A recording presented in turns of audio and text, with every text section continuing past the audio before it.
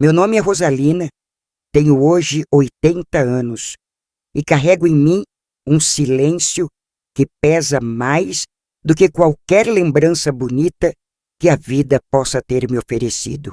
Durante muito tempo, acreditei que o passado poderia ser enterrado com o tempo, que bastaria deixar os anos passarem para que certas dores se dissolvessem no cotidiano, nas rotinas simples da casa, nos crochês que faço à tardinha, no cheiro do café coado no pano, nas novelas que me fazem companhia quando o sol se põe e ninguém mais bate a porta.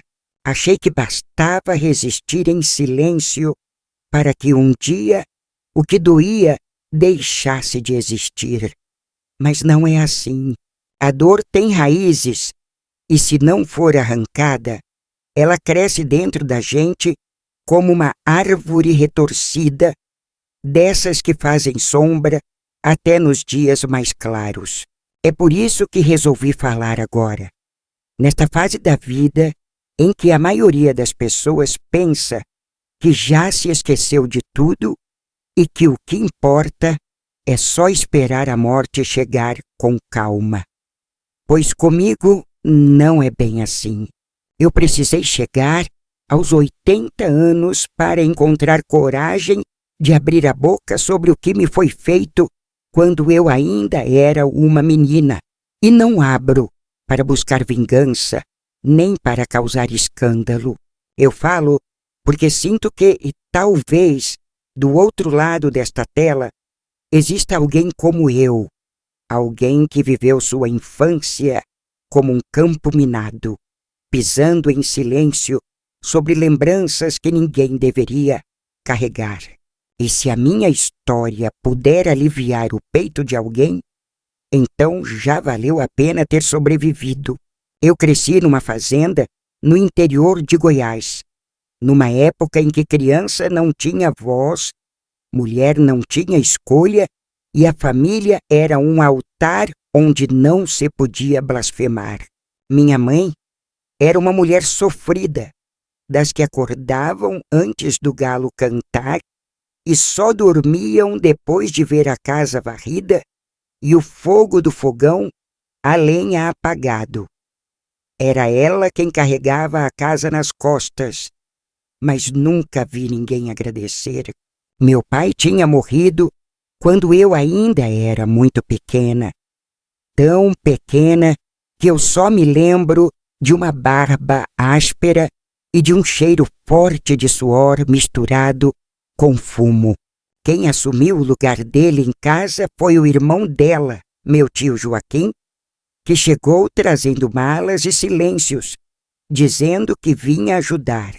Ele era um homem calado, de fala mansa e olhos baixos, e a vizinhança o chamava de homem de Deus, porque ia à missa todo domingo e sempre andava com um terço no bolso. Para os de fora, éramos uma família unida. Para os de dentro, éramos apenas sobreviventes de um mundo onde quem mais gritava era quem mais era ouvido, e meu tio nunca precisou gritar. Naquele tempo, não existia essa coisa de criança questionar adulto. Se mandassem, a gente obedecia.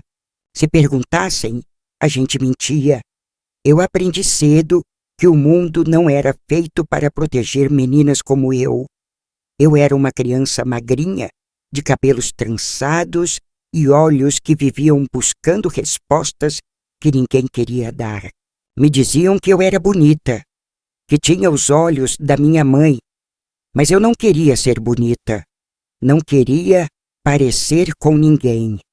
Eu só queria que me deixassem em paz. A casa onde morávamos era simples, feita de madeira e barro, com uma varanda estreita onde minha mãe deixava o feijão secando ao sol. Não havia luxo, mas havia ordem, e cada um tinha seu papel. O meu era calar. Meu irmão mais novo, o Tiãozinho, era mais levado. Vivia com os joelhos ralados de tanto correr atrás de galinha ou subir em árvore. Eu tinha inveja dele, não porque ele era mais livre, porque não era, mas porque ninguém o olhava como me olhavam.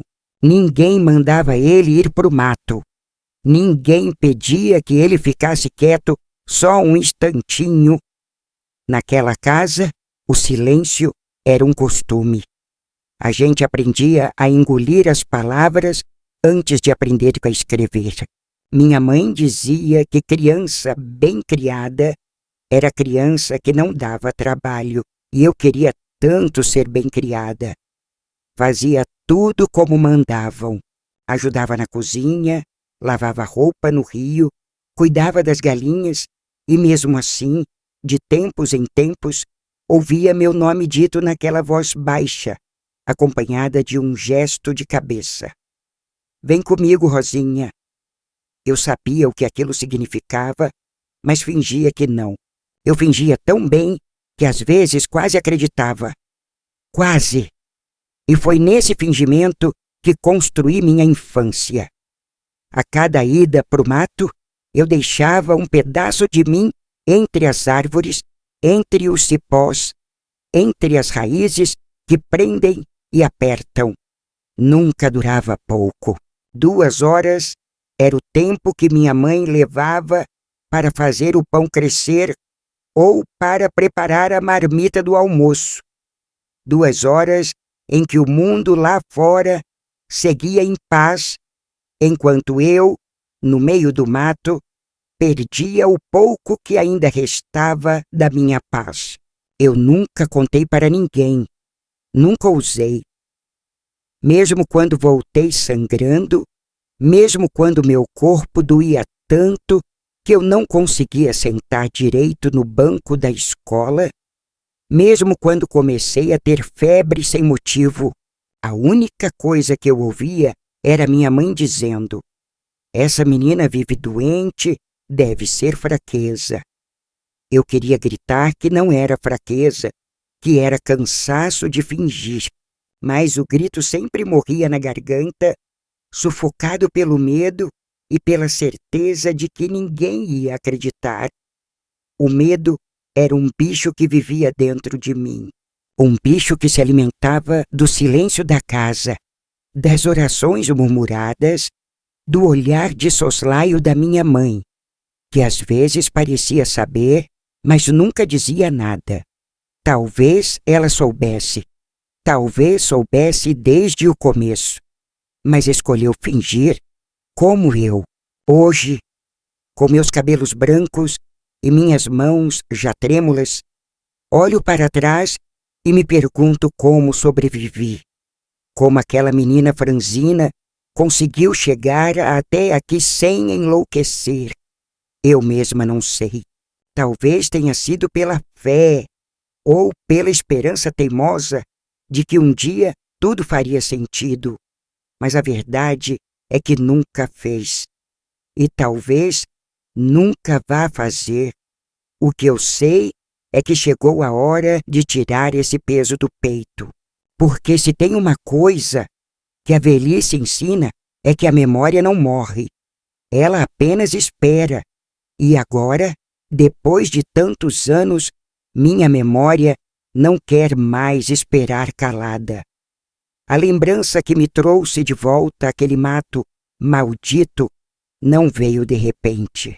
Veio como uma infiltração, silenciosa, insistente, que começou a escorrer pelos cantos da minha cabeça sem pedir licença. Às vezes é assim.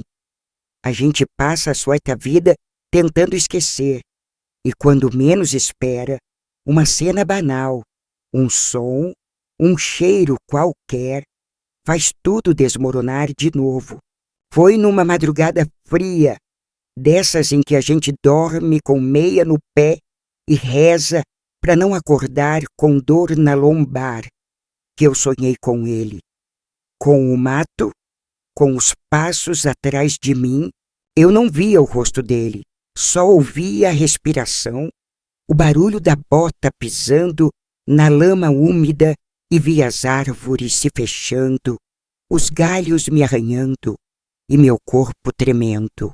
Acordei com o rosto molhado de suor e o peito disparado como se tivesse corrido léguas.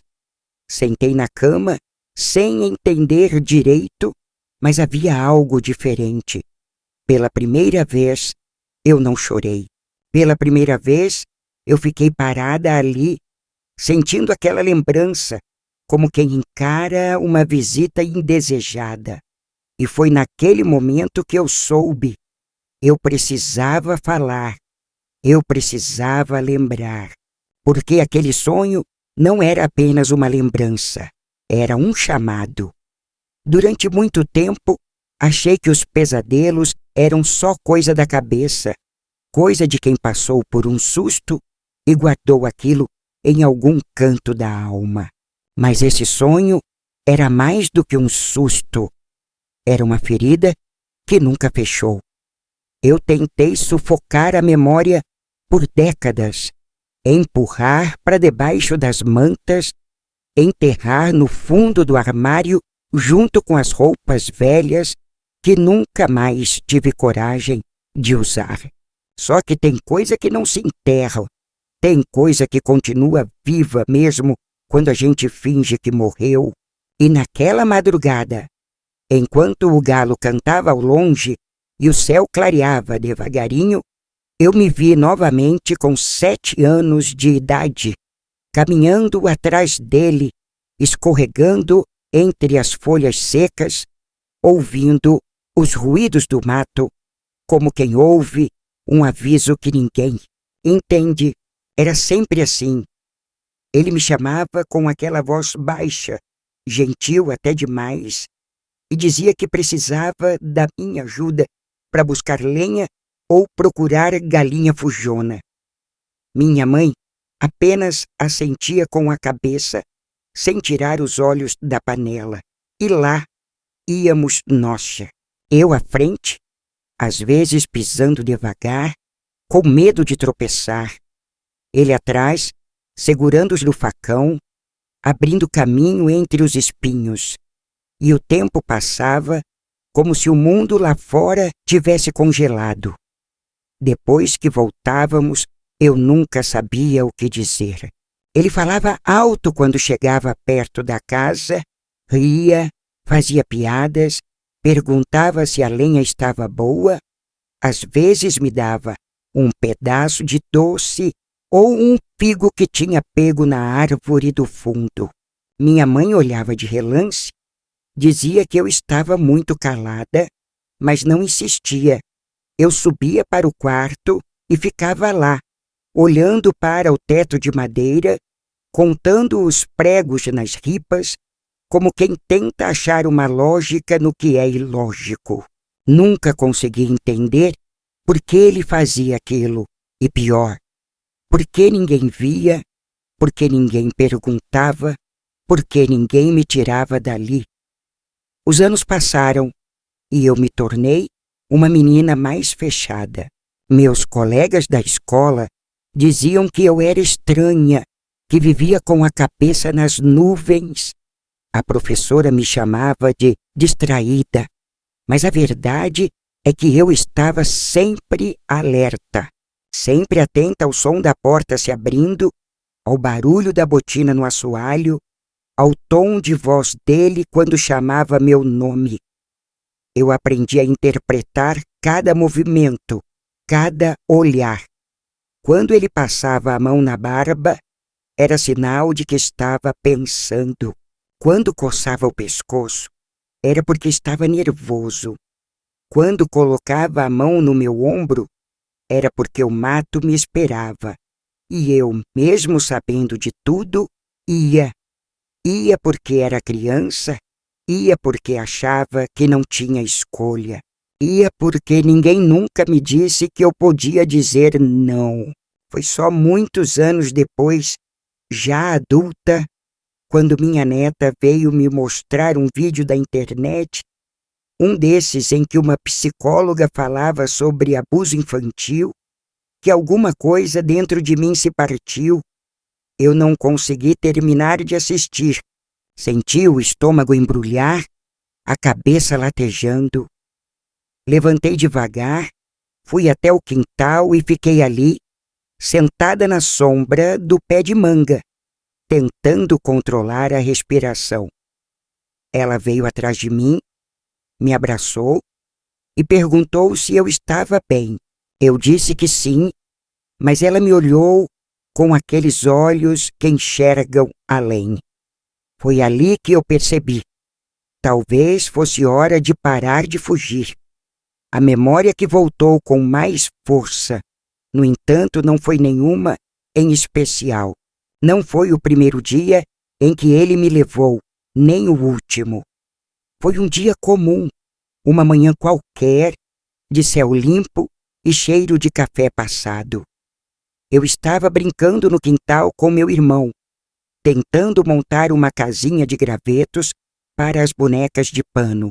Ele apareceu na porta, cruzou os braços e disse: "Rosinha, vem cá que eu preciso de ajuda." Eu olhei para minha mãe, que assentiu como sempre. Meu irmão fez careta. "Ah, de novo no mato?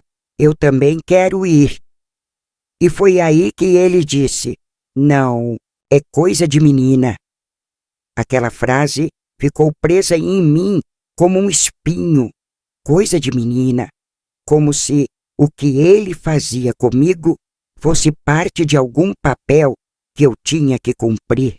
Como se meu corpo fosse parte da obrigação que me cabia por ter nascido do sexo errado.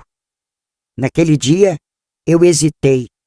Dei um passo para trás, ele se aproximou, segurou meu braço com força e murmurou entre os dentes: "Não faz birra, Rosinha, senão sua mãe vai achar que você está doente." E eu fui. Fui como sempre ia, mas dentro de mim algo tinha mudado. Pela primeira vez eu senti raiva. Não era só medo, era raiva. Raiva dele, da minha mãe, de mim mesma, por continuar calando. Quando voltamos, eu tinha o rosto sujo de terra e os olhos ardendo de tanto conter o choro. Minha mãe perguntou o que tinha acontecido. Eu disse que tinha tropeçado. E ela acreditou. Ou preferiu acreditar. Desde aquele dia, a imagem do mato passou a me perseguir com mais frequência. No cheiro da madeira queimada, eu senti o calor da vergonha. No som dos pássaros, ouvia os gemidos abafados da minha própria infância. Na cor da terra úmida, enxergava o sangue que escorria pelas minhas pernas e que ninguém nunca perguntou de onde vinha. E foi por isso que naquela madrugada em que sonhei com ele, eu entendi que o passado não esquece. Ele só espera a gente ficar velha o suficiente para parar de mentir. Eu já menti demais, já calei demais, já escondi minha história embaixo de tantos tapetes que nem lembro mais quantos, mas agora não quero mais esconder. Eu não sei o nome do que eu vivi. Durante muito tempo, achei que fosse castigo. Depois, achei que fosse coisa da minha cabeça. Hoje, sei que foi crime, mas naquela época, ninguém usava essa palavra. Era só um assédiozinho, uma brincadeira de mau gosto, uma mania do tio. Hoje, eu sei que eu era só uma criança, uma menina que precisava de colo e ganhou medo. Uma menina que precisava de proteção e ganhou silêncio. Uma menina que só queria viver, mas aprendeu a sobreviver. E é por isso que eu estou aqui, contando tudo isso agora. Porque se eu calar mais uma vez, talvez essa menina morra de vez dentro de mim. E eu não posso deixar isso acontecer. Depois daquele dia em que o sonho me acordou em pânico e trouxe à tona memórias que eu lutei tanto para sufocar, minha mente começou a abrir portas que eu tinha trancado há mais de 70 anos. Era como se o tempo, enfim, tivesse me autorizado a olhar para trás sem desabar por completo. E o que encontrei não foram apenas lembranças. Foram fragmentos de uma infância que nunca foi de verdade minha. Pedaços de uma menina que eu enterrei sem velório, sem choro, sem nome. Quanto mais eu lembrava, mais entendia o quanto tudo foi construído ao redor do medo. O medo não era só uma reação. Era a estrutura da casa onde cresci. Era o cheiro da cozinha, o rangido do assoalho, o barulho da chaleira quando começava a apitar no fogão a lenha. Cada canto da minha infância tinha um lembrete sutil de que eu não era dona de mim, de que a obediência era uma virtude e que a obediência, para uma menina, significava aceitar o que fosse, sem perguntas, sem resistência.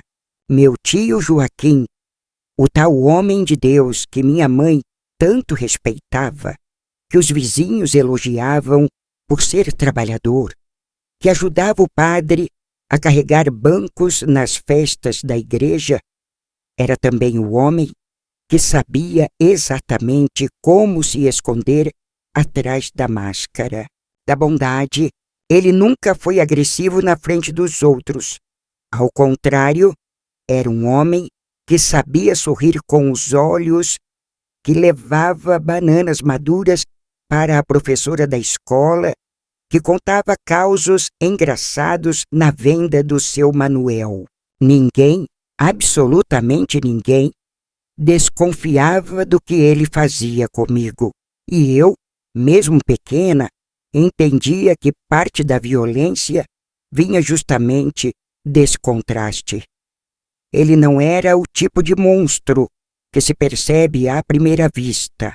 Ele era o tipo que oferecia colo, que fazia carinho nos cabelos, enquanto murmurava que eu era especial, que dizia que Deus me tinha feito diferente das outras meninas. Palavras que hoje me embrulham o estômago, mas que naquela época me confundiam. Como podia alguém me ferir tanto com gestos tão mansos? Como podia o mato ser o cenário da minha dor e, ao mesmo tempo, o lugar que ele chamava de nosso segredo? E havia os dias em que o medo começava antes mesmo do chamado. Eu acordava e já sabia. Sabia pelo jeito como ele batia a porta, pelo silêncio que se fazia na cozinha, pelo modo como minha mãe evitava olhar nos meus olhos. Ela sabia, ou pelo menos suspeitava, e mesmo assim deixava acontecer. Não dizia nada, não perguntava nada, apenas fingia que eu era uma filha quieta, de saúde fraca, que passava muito tempo sozinha por ser mais caseira. Lembro de uma manhã em que chovia muito, a terra estava mole e os sapatos de couro dele tinham marcas frescas de lama. Eu estava lavando os pratos quando ele apareceu no batente da porta, molhado, e disse que precisava de ajuda para recolher umas ferramentas antes que enferrujassem. Minha mãe, que estava costurando, levantou os olhos por um segundo. Eu vi o tremor nos dedos dela, vi quando a agulha caiu no chão. E ainda assim, ela nada disse. Eu enxuguei as mãos no avental e fui. Fui porque ir era menos arriscado do que resistir. No caminho até o galpão, ele andava devagar, falando do tempo, do barro, da colheita. Eu mal ouvia. Só contava os passos.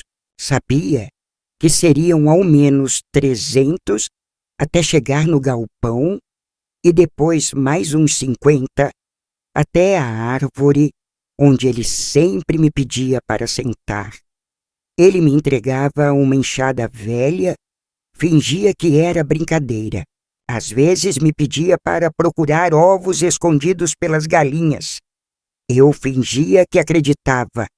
O que vinha depois era sempre envolto num silêncio grosso. Um silêncio que me acompanhava de volta até em casa. E quando entrávamos, ele ria alto, perguntava pelo café, elogiava o cheiro do feijão, e eu, às vezes, ainda com o barro fresco nas pernas, ouvia minha mãe dizer: "Essa menina é tão obediente, dá gosto de ver." A rotina era assim, e a cada repetição, uma parte de mim ia se apagando. Eu deixei de rir com meu irmão, deixei de correr, de inventar histórias com as bonecas, deixei de olhar as pessoas nos olhos. Eu passava as tardes no galinheiro ou atrás do paiol, procurando esconderijos que me dessem alguns minutos de sossego. Mas o sossego nunca durava muito.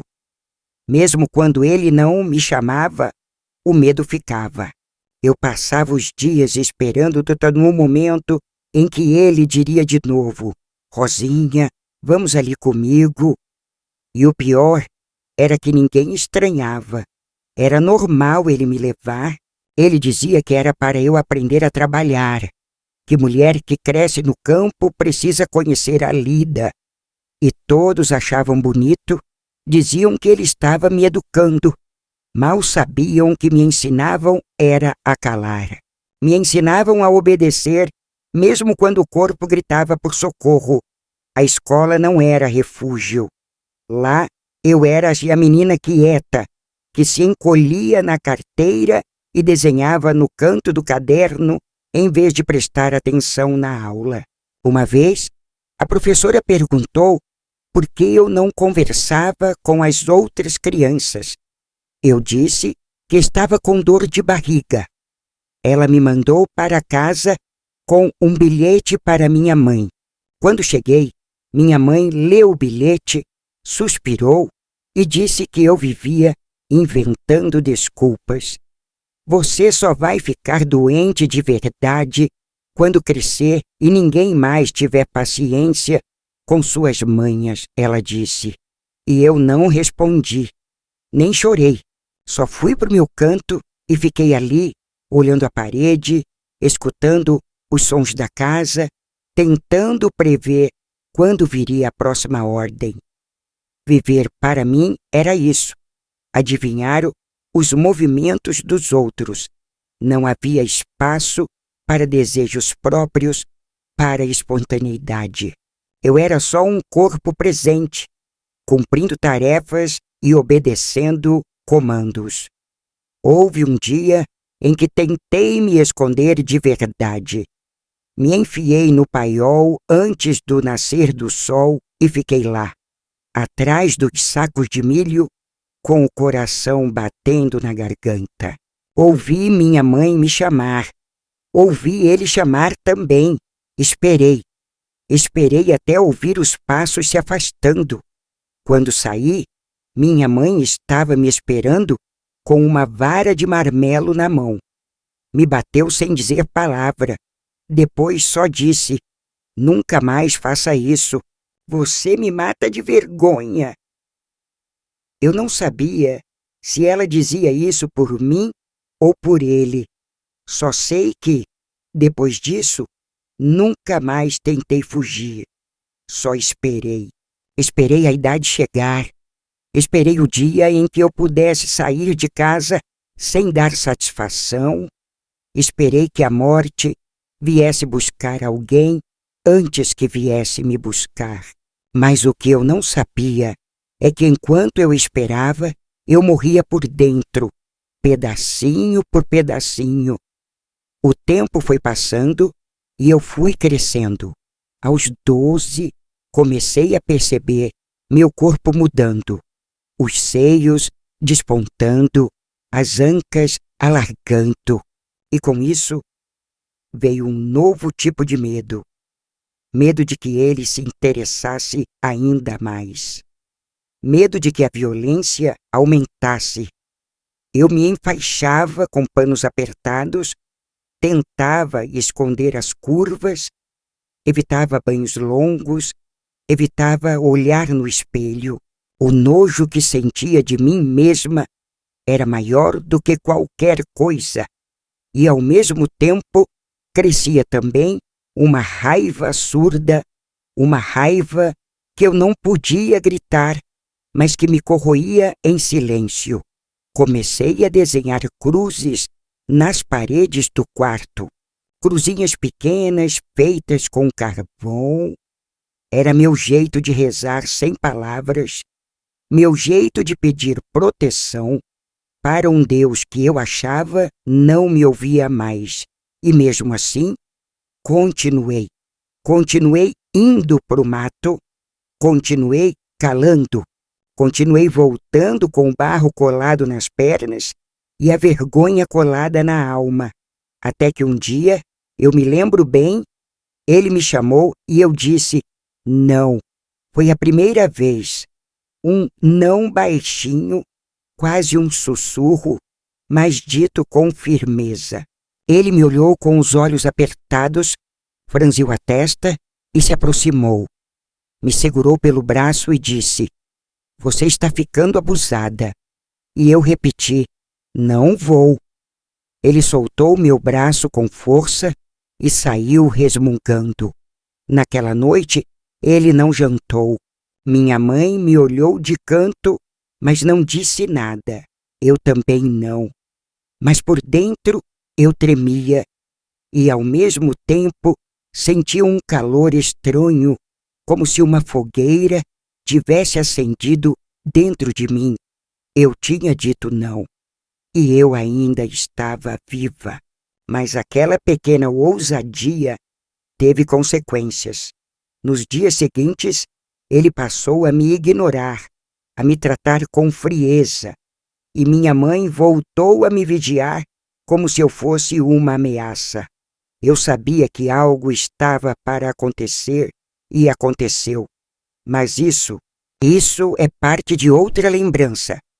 Uma lembrança que ainda dói, mas que, agora, precisa ser contada. Foi no ano em que completei 13 anos que algo dentro de mim se rompeu de vez, como se um espelho trincado há muito tempo tivesse, finalmente, despedaçado por completo diante dos meus olhos. A raiva que já crescia em silêncio há anos se transformou em uma espécie de lucidez cruel, uma compreensão tardia, mas inevitável, de que o que eu vivia não era castigo, nem parte da vida, nem educação rígida, nem coisa que acontece. Era uma violência com nome, um crime sem castigo, uma maldição que me foi imposta sob o disfarce de normalidade. E foi essa percepção, tão clara quanto cortante, que marcou para sempre o início da minha rebelião. Mesmo que ela tenha acontecido primeiro dentro de mim, antes de qualquer gesto visível, antes de qualquer palavra falada em voz alta. O que me despertou não foi um gesto explícito, mas uma cena simples que qualquer pessoa de fora não teria dado atenção. Estávamos todos sentados à mesa, era um domingo à tarde, e meu tio contava uma história qualquer de caçada. Minha mãe ria baixinho e meu irmão se empolgava com cada detalhe. Eu, como sempre, mantinha os olhos abaixados, remexendo a comida no prato, tentando parecer distraída. Foi quando ele fez um comentário sobre como eu já estava virando mocinha. Disse isso sorrindo, com um ar de brincadeira, olhando para minha mãe, como se estivesse apenas constatando o óbvio. Mas eu vi a maneira como ele me olhou logo depois. Eu vi o peso daquele olhar, o mesmo olhar que eu conhecia tão bem, o olhar que vinha antes da caminhada pelo mato, o olhar que dizia tudo sem dizer nada. Minha mãe não disse nada. Só baixou os olhos e tomou mais um gole de café. Meu irmão, ainda muito novo, riu sem entender. E eu, naquele instante, compreendi tudo. Naquele momento, como um raio silencioso que corta a alma, percebi que o que acontecia comigo não era invisível. Era negado, era tolerado, era permitido. E isso foi muito pior, porque até então, por mais cruel que fosse, eu me agarrava à ideia de que talvez ninguém soubesse, que se soubessem, fariam algo. Mas não. Eles sabiam, ouviam os cochichos, viam os sinais, percebiam minhas ausências prolongadas, meus silêncios cada vez mais pesados, as mudanças no meu corpo e na minha expressão. E ainda assim, nada faziam. Era mais fácil fingir, era mais confortável calar. Era mais conveniente fingir que tudo fazia parte de uma educação severa, de um costume de roça, de um carinho mal interpretado. A partir daquele dia, tudo mudou, não por fora. Por fora, continuei sendo a mesma menina calada, cumpridora das tarefas, obediente, de olhos baixos e pés descalços. Mas por dentro, algo se reergueu com força. Pela primeira vez, comecei a observar minha própria vida como quem assiste um filme com os olhos bem abertos, sem piscar. Passei a registrar cada gesto, cada frase, cada silêncio, como se fosse uma testemunha de mim mesma. Era como se eu deixasse de ser apenas vítima e passasse a ser também narradora da minha própria história. E isso foi, ao mesmo tempo, libertador e insuportável, porque, ao ver com clareza, tudo doía mais. A memória se tornava mais precisa, os detalhes mais nítidos e a dor mais afiada. Comecei a notar, por exemplo, o cuidado que minha mãe tinha em nunca contrariar meu tio. Quando ele dizia algo, ela concordava de imediato. Quando ele saía com raiva, ela se encolhia como se tivesse levado um tapa. Às vezes, quando ele voltava com o rosto vermelho de bebida, ela preparava o prato dele sem que ele pedisse e depois se retirava da cozinha em silêncio. Era como se ela também fosse prisioneira, mas de um jeito diferente. Ela tinha medo dele, eu percebia, medo de perder o pouco que tínhamos, medo de criar os filhos sozinha, medo de enfrentar a comunidade, os vizinhos, a igreja. E talvez por esse medo ela tenha preferido sacrificar a própria filha. Essa é a verdade mais amarga que descobri com o tempo. E não há reza que alivie essa dor. Houve um dia em que vi, de relance, minha mãe chorando. Estava sentada na beira da cama, sozinha, com o rosto entre as mãos. Eu parei no corredor, em silêncio, e fiquei observando. Não me atrevi a entrar. Ela não me viu, e naquela cena tão curta, tão silenciosa, algo em mim vacilou. Eu quis abraçá-la. Eu quis perguntar por quê. Por que ela me deixava ir com ele? Por que nunca me perguntou nada? Por que fingia não saber? Mas as palavras não saíram, porque no fundo eu já sabia a resposta. Ela também era uma mulher silenciada, criada para obedecer, ensinada a não confrontar os homens da casa, e isso não é desculpa, mas me fez entender que o silêncio dela era o espelho do meu. Foi por essa época que comecei a desenvolver febres constantes. O médico da cidade dizia que era anemia, ou talvez alguma infecção mal curada. Minha mãe me levava ao posto de saúde e respondia por mim. Eu mal abria a boca, apenas deixava que me examinassem, que me tocassem sem reação. Às vezes, quando a enfermeira me perguntava se eu sentia dor, eu dizia que não, mesmo sentindo. Doía o corpo, doía a alma, doía até o ar que eu respirava. Mas eu não sabia mais distinguir o que era dor física e o que era desespero. E mais uma vez ninguém via, ouvia e fingia que não. Na escola, as coisas também começaram a mudar. Eu deixei de fazer as tarefas, passava as aulas olhando pela janela. Quando me perguntavam algo, eu demorava a responder.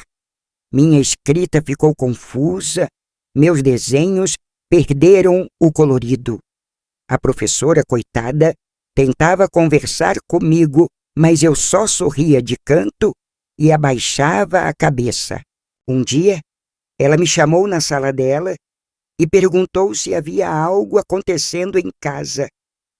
Me ofereceu um doce, puxou uma cadeira. Eu quase falei, quase, mas na hora senti como se uma mão invisível apertasse meu pescoço e as palavras engasgaram. Tá tudo bem, professora. Foi o que eu consegui dizer e ela acreditou, ou fingiu acreditar. Mas a verdade é que por dentro eu já estava gritando. Eu escrevia em pedaços de papel o que não conseguia dizer. Guardava bilhetes debaixo do colchão, frases como "me ajuda", "eu não quero mais", "eu sou suja", "ninguém me escuta". Era a minha forma de não enlouquecer, porque naquele momento, entre os 13 e 14 anos, eu já sabia que o que havia me sido tirado jamais voltaria. Eu não era mais uma criança, eu era uma sobrevivente, e isso não era algo que dava para contar com palavras. Era algo que se lia nos olhos, nas mãos que tremem, nos silêncios que duram mais do que deveriam. E talvez tenha sido por isso que eu comecei a escrever mentalmente uma promessa. Prometi a mim mesma que, quando saísse daquela casa, eu nunca mais permitiria que ninguém me calasse. Prometi que um dia eu contaria tudo, nem que fosse no meu último suspiro, porque se há algo que aprendi é que o silêncio, quando vira hábito, mata mais do que qualquer violência. Ele mata a identidade, mata a alegria, mata a voz. E eu, naquele instante de clareza brutal, decidi que um dia eu gritaria, mesmo que fosse só com as palavras, mesmo que ninguém mais estivesse ouvindo. Esse foi o meu ponto de virada. Não uma explosão, não uma fuga dramática, não uma reviravolta repentina, como nos filmes, mas uma decisão silenciosa, tomada no escuro do quarto, entre lençóis manchados de medo, com o corpo ainda doendo e a alma exausta. Uma decisão que me fez seguir em frente, mesmo sem saber como. Uma promessa feita à menina que eu fui e que merecia ser ouvida. E agora, tantos anos depois, aqui estou, cumprindo o que prometi.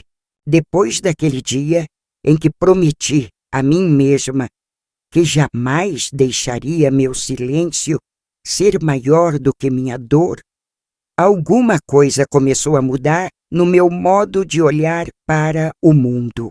Ainda não era coragem o que me movia, tampouco era força suficiente para confrontar aquilo que me sufocava desde os 7 anos, mas era como se eu tivesse, pela primeira vez, acendido uma vela dentro de um túnel longo e escuro, e por mais fraca que fosse a luz, ela já me permitia ver que existia saída. Mas o que eu não podia imaginar é que justamente quando a gente começa a despertar, o mundo ao redor parece se levantar com mais brutalidade, como se quisesse apagar qualquer lampejo de consciência que se atreva a nascer. Foi assim que tudo ao meu redor começou a se tornar ainda mais opressor. Minha casa, que sempre foi uma prisão silenciosa, passou a parecer um campo de guerra, onde cada palavra poderia ser uma bomba prestes a explodir. Meu tio, que já havia deixado de me chamar com frequência depois que eu disse o primeiro não, passou a me olhar com desconfiança, como se soubesse que eu estava planejando alguma coisa, e passou também a me testar, me pressionar de formas mais sutis, porém mais invasivas. Ele começou a se aproximar mais da minha mãe, elogiando-a em voz alta, oferecendo ajuda para tarefas que antes jamais fazia, tentando demonstrar que era o homem útil, presente, indispensável naquela casa. E minha mãe, talvez cansada da vida dura, talvez enfeitiçada pelo medo de perder o pouco que tinha, passou a defendê-lo ainda mais, como se toda a sua sobrevivência dependesse da permanência dele entre nós. Comigo, ela se tornava cada dia mais ríspida.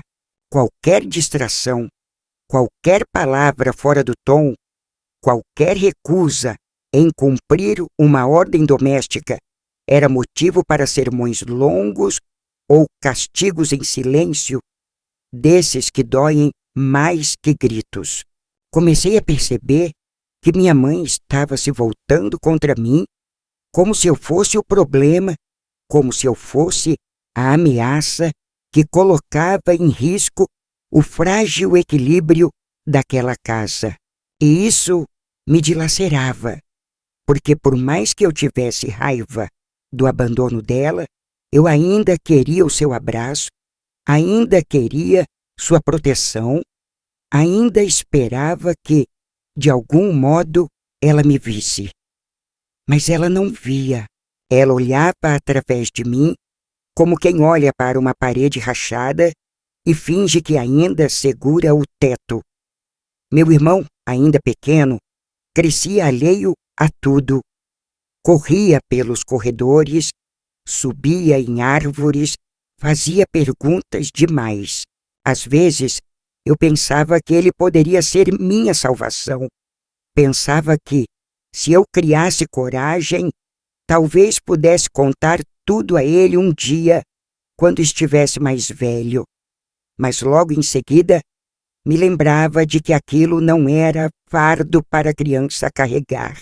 E então calava de novo. Cada silêncio engolido era uma pedra na garganta. Eu andava o dia inteiro com esse peso, e à noite ele virava febre, virava insônia, virava o som dos meus próprios dentes rangendo de tanto ódio contido. Foi nessa época que os episódios de desmaios começaram. Eu acordava cedo, ajudava minha mãe com a lida e por volta do meio-dia sentia o mundo girar. Minha vista escurecia, minhas pernas amoleciam e eu caía quase sempre no mesmo lugar, ao lado do tanque de lavar roupa. Minha mãe dizia que era anemia. O médico dizia que era fraqueza. Mas ninguém entendia que o que me derrubava não era falta de ferro no sangue. Era excesso de dor na alma. Eu já não comia direito, já não falava quase nada. Na escola, meus cadernos estavam vazios. Meu corpo parecia pedir socorro de todas as formas possíveis, mas ninguém entendia sua linguagem. E quanto mais eu adoecia, mais minha mãe culpava minha teimosia, minha rebeldia escondida, como ela dizia. Eu me perguntava, rebelde de quê?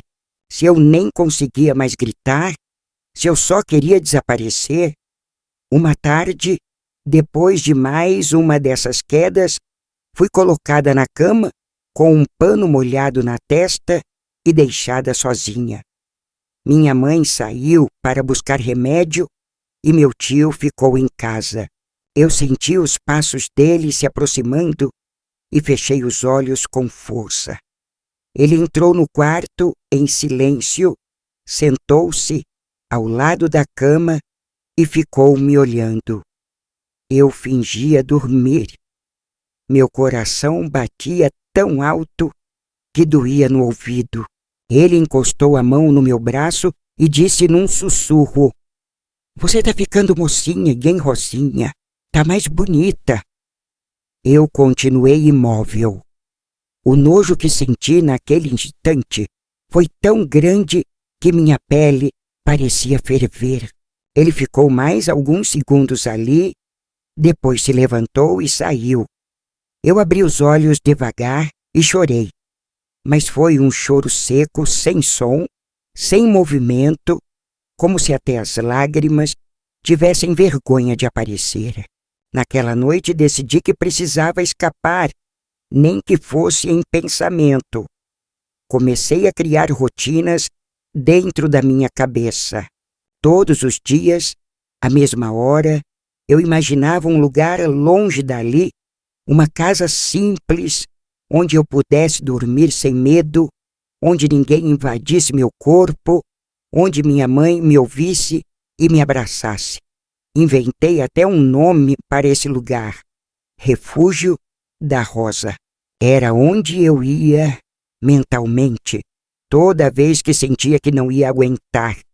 E essa imaginação me salvou mais de uma vez, porque por mais que eu estivesse presa naquele pesadelo, eu tinha criado, dentro de mim, uma pequena liberdade. O ápice dessa escalada de sofrimento foi num domingo, quando minha mãe resolveu que iríamos todos à missa juntos. Eu não ia à igreja fazia meses. O padre, muito velho e quase cego, mal me reconheceu. Eu sentei no banco de madeira, ao lado do meu irmão, enquanto minha mãe e meu tio se sentaram na frente. Durante a homilia, o padre falou sobre pureza, sobre o corpo ser templo de Deus, sobre os pecados que acontecem dentro das famílias e que ninguém vê. E enquanto ele falava, eu comecei a tremer. Era como se, enfim, alguém estivesse dizendo em voz alta aquilo que eu gritava em silêncio há anos, mas ninguém percebeu. Ninguém olhou para mim. Quando a missa terminou, todos se levantaram em silêncio e meu tio passou a mão nos meus cabelos, sorrindo como se fosse o homem mais santo da paróquia. Eu quase vomitei. Na volta para casa, trancada no quarto, escrevi numa folha arrancada do caderno da escola uma carta endereçada a Deus. Nela, eu perguntava por que ele permitia aquilo. Perguntava por que meu corpo era sempre o campo de castigo. Perguntava onde ele estava quando eu chorava escondida, quando eu sangrava em silêncio, quando minha mãe fingia não ouvir. Terminei a carta dizendo que, se Deus existia mesmo, ele precisava me mandar um sinal. E guardei a folha entre as páginas da Bíblia da minha mãe, na esperança de que um dia ela encontrasse. Mas o sinal não veio. O que veio foi a certeza de que eu teria que lutar sozinha. E essa certeza, por mais cruel que fosse, me deu algo que eu ainda não tinha: um plano. A partir dali, Passei a contar os dias. Passei a anotar, numa velha agenda escondida entre os lençóis, tudo o que acontecia. Anotava as datas, as falas, os olhares. Queria ter provas, mesmo que ninguém fosse ler. Era meu jeito de manter a sanidade, de organizar o caos. E, acima de tudo, era a única forma de continuar acreditando que um dia eu sairia viva daquela casa. Porque o que me mantinha de pé já não era esperança, era resistência, era um instinto bruto, primitivo, que dizia: você não vai morrer assim, você vai escapar e vai contar, nem que seja no último dia da sua vida. Naquela época, eu já havia me tornado quase uma sombra dentro de casa. Não falava, não sorria, não fazia mais perguntas. Minhas tarefas eram cumpridas como um ritual automático: lavar, costurar, cuidar das galinhas, carregar baldes de água do poço, cortar os legumes no compasso dos meus pensamentos que, dia após dia, só giravam em torno de uma coisa: resistir até o momento certo. Eu não sabia que forma esse momento teria, nem como ele viria, mas sentia dentro do meu peito que algo estava se armando, como uma tempestade que anuncia sua chegada, pelo modo como o ar muda, como a pele arrepia, como os olhos se enchem de uma inquietação inexplicável. Era o último mês da seca, e os ventos levantavam poeira no terreiro, deixando tudo opaco, abafado, como se o tempo segurasse o fôlego à espera de um estouro. E o estouro veio de maneira súbita, mas não inesperada. Veio como algo que meu corpo já sabia antes mesmo de minha mente admitir. Foi numa manhã abafada, de céu branco e sem canto de pássaro. Eu havia terminado de lavar a roupa no tanque e estendia os lençóis no varal quando ele apareceu. Não disse nada. Apenas me olhou de um jeito que eu já conhecia bem. Meu coração apertou. Tentei entrar em casa, mas ele bloqueou a porta com o corpo. Preciso da sua ajuda lá atrás, ele disse, apontando para o curral. Eu gelei. Desde a última vez que tentara se aproximar de mim no quarto, meses antes, ele havia mantido uma certa distância, talvez por cautela, talvez por estar esperando o momento certo. E agora, percebi, ele havia decidido que esse momento havia chegado. Eu, sem alternativa, segui atrás dele, andando com passos curtos, o peito travado, sentindo o suor escorrer pelas costas, apesar do vento seco. Sabia exatamente para onde íamos. Sabia o que ele esperava. Mas alguma coisa dentro de mim estava diferente. Uma parte adormecida da minha alma parecia ter despertado naquela hora. Não era coragem, era fúria. Chegando no curral, ele mandou que eu fechasse o portão. Aquele comando tão simples acendeu em mim uma revolta que vinha sendo guardada por anos. Fecha você, eu disse, com a voz baixa, mas firme. Ele parou, surpreso, virou-se lentamente para mim. O que você disse? Repetiu. Eu olhei nos olhos dele e ali, pela primeira vez, eu não abaixei a cabeça. Disse que fecha você, repeti. O ar ficou pesado. Por um segundo, houve silêncio. Ele avançou, agarrou meu braço com força e me puxou com violência para trás do galpão, onde ninguém nos veria. Meu ombro bateu na parede de madeira e doeu. Ele segurava meu braço com tanta força que meus dedos começaram a formigar. Eu senti o cheiro dele, o mesmo cheiro de suor velho e terra molhada que me acompanhava desde os 7 anos. E então ele começou a dizer aquelas frases que me faziam estremecer, que eu era dele, que se não fosse ele, ninguém ia me querer, que menina desobediente merecia castigo. E enquanto ele falava, enquanto a saliva dele respingava no meu rosto, eu vi uma enxada encostada na parede. Aquela ferramenta tão comum, tão parte da nossa lida, brilhou aos meus olhos como uma chance, uma única chance. Eu não pensei. Meus braços se moveram antes que minha mente pudesse calcular o risco. Me desvencilhei dele num impulso de força que nem sabia que tinha. Corri até a enxada, agarrei o cabo com as 2 mãos e girei o corpo com toda a raiva que acumulei por 7 anos. Acertei o braço dele. Não foi o suficiente para derrubá-lo, mas foi o bastante para fazê-lo gritar. Ele caiu de joelhos, segurando o ombro. Eu tremia dos pés à cabeça. Achei que ele viria para cima de mim de novo, mas ele não se mexeu. Choramingava, entre insultos e ordens, mas pela primeira vez em tantos anos eu não obedeci. Corri como nunca havia corrido. Passei pelo terreiro, entrei em casa aos prantos e me tranquei no quarto. Minha mãe, ao ver o sangue no meu vestido, gritou, bateu na porta, exigiu explicações. Eu, com a respiração descompassada e as mãos cobertas de terra, gritei de volta. Foi ele, desde os 7 anos, e você nunca quis ver.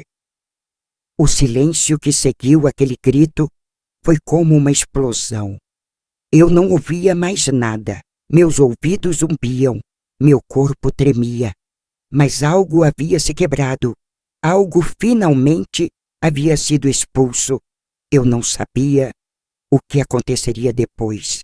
Não sabia se minha mãe me bateria, se me expulsaria de casa, se chamaria a polícia. Eu só sabia que, pela primeira vez, eu havia dito, e isso era maior do que qualquer consequência. Alguns minutos depois, ouvi passos do lado de fora. Meu tio havia deixado a casa. Foi embora sem dizer uma palavra, pegou suas coisas e sumiu. Minha mãe entrou no quarto em silêncio. Estava branca como papel. Me olhou como quem olha um espelho trincado. Não me tocou. Não disse nada. Sentou-se na beirada da cama e ficou ali por muito tempo. Depois se levantou, saiu e fechou a porta. Eu fiquei ali, deitada, ainda suja, ainda ensanguentada, mas em paz. Uma paz estranha, porque meu corpo ainda doía, minha mente ainda girava, mas eu sabia que nunca mais seria a mesma. Aquela menina que calava tinha morrido, e em seu lugar havia alguém que, mesmo com medo, sabia que tinha valor. Alguém que, mesmo partida, sabia que merecia ser inteira.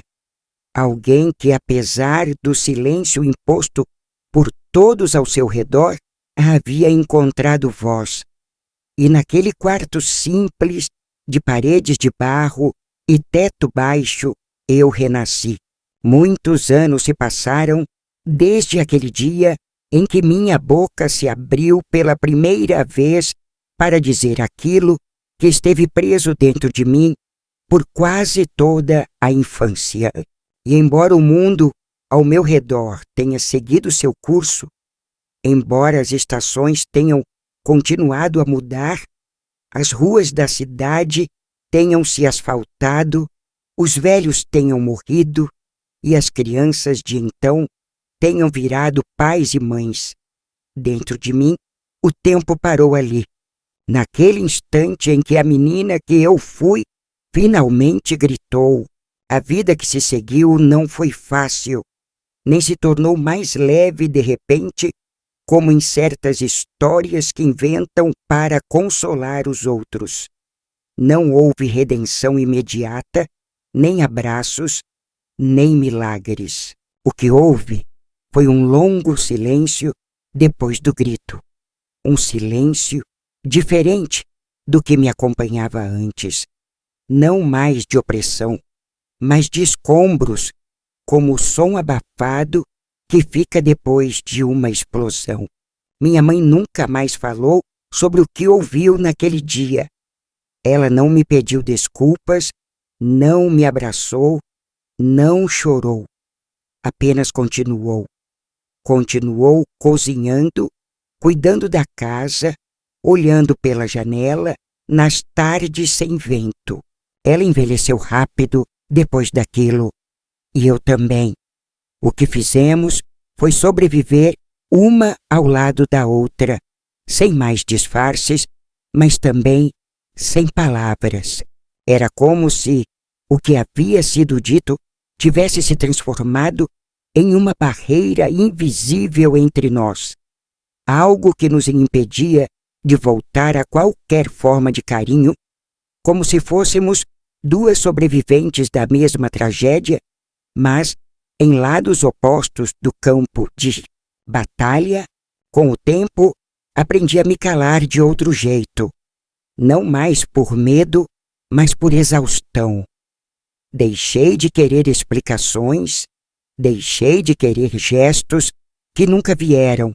Entendi que algumas mães não foram feitas para proteger, algumas mães foram moldadas pelo medo, esmagadas por silêncios herdados de outras gerações de mulheres que também calaram, que também viram e não falaram, que também foram meninas e nunca deixaram de sangrar por dentro.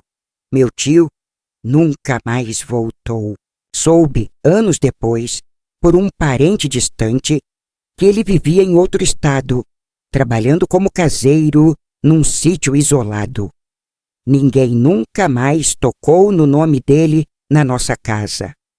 Era como se ele nunca tivesse existido. E, de certa forma, era isso mesmo que todos queriam: apagar os rastros, fingir que a dor não teve forma, que os olhos da menina que eu fui não viram o que viram, que seu corpo não conheceu o que nunca deveria ter conhecido. Mas a memória, essa danada, não some. Ela apenas muda de canto. Eu carreguei cada detalhe comigo, como quem carrega uma caixa trancada no fundo da alma, e por muitos anos jurei que jamais a abriria. Mas agora, tão perto do fim, entendo que essa caixa precisa ser aberta, não para reviver o que passei, mas para libertar a menina que ficou lá dentro. Construí minha vida com pedaços. Fui embora daquela casa assim que pude. Fui trabalhar como doméstica na cidade vizinha, depois em São Paulo, depois voltei para o interior. Casei, tive filhos, perdi um, criei outros 2 sozinha, depois que meu marido foi embora. Nunca contei a eles o que vivi, não porque quisesse esconder, mas porque não tinha força para vestir tudo aquilo de palavras. Achei que o silêncio fosse mais leve, mas não é. O silêncio, quando carregado por décadas, pesa mais que a dor confessada. E foi por isso que decidi contar agora, porque tenho medo de morrer sem deixar esse testemunho. Não quero que minha história seja enterrada comigo, porque ela não é só minha, é a história de muitas. E talvez, quem sabe, de alguém que agora mesmo esteja ouvindo isso com um nó na garganta, reconhecendo nas minhas palavras a infância que nunca teve coragem de narrar. Hoje, aos 80 anos, já com os ossos fracos e a pele fina, com a vista embaçada e os passos lentos, não tenho mais ambições nem vaidades. Já não espero por grandes gestos, nem aguardo telefonemas. Me contento com a brisa da tarde, com o cheiro de pão assando, com a lembrança dos filhos pequenos correndo pela sala. Mas dentro de mim ainda vive a menina que caminhava no mato, com as pernas sujas de barro e o coração esmagado de silêncio. Essa menina, que por tanto tempo ficou calada, hoje sussurra em mim. E o que ela diz é simples: você sobreviveu. Sim, eu sobrevivi. E só quem já teve seu corpo usado como objeto e sua alma esquecida como lixo, sabe o que isso significa. Mas sobreviver não é o mesmo que viver. A vida plena, aquela que vem com riso solto e abraço sem medo, essa me foi negada. E não estou aqui para fingir que superei. Estou aqui para dizer que caminhei com o peso nas costas e ainda assim cheguei. Cheguei até aqui com todas as minhas cicatrizes, com todos os meus medos, com todas as vozes que me diziam para calar. E calei. Mas agora, não mais. Porque mesmo que só restem alguns anos, alguns meses, alguns dias, esses dias serão vividos com a dignidade de quem rompeu o ciclo. Se você me escuta agora, e se alguma parte dessa história toca a sua, saiba que sua dor não é invenção, que seu corpo é sagrado, que seu silêncio não precisa ser eterno. Eu sou uma avó, sim, mas antes de ser avó, fui menina, e essa menina, por mais machucada que tenha sido, ainda merece ser ouvida.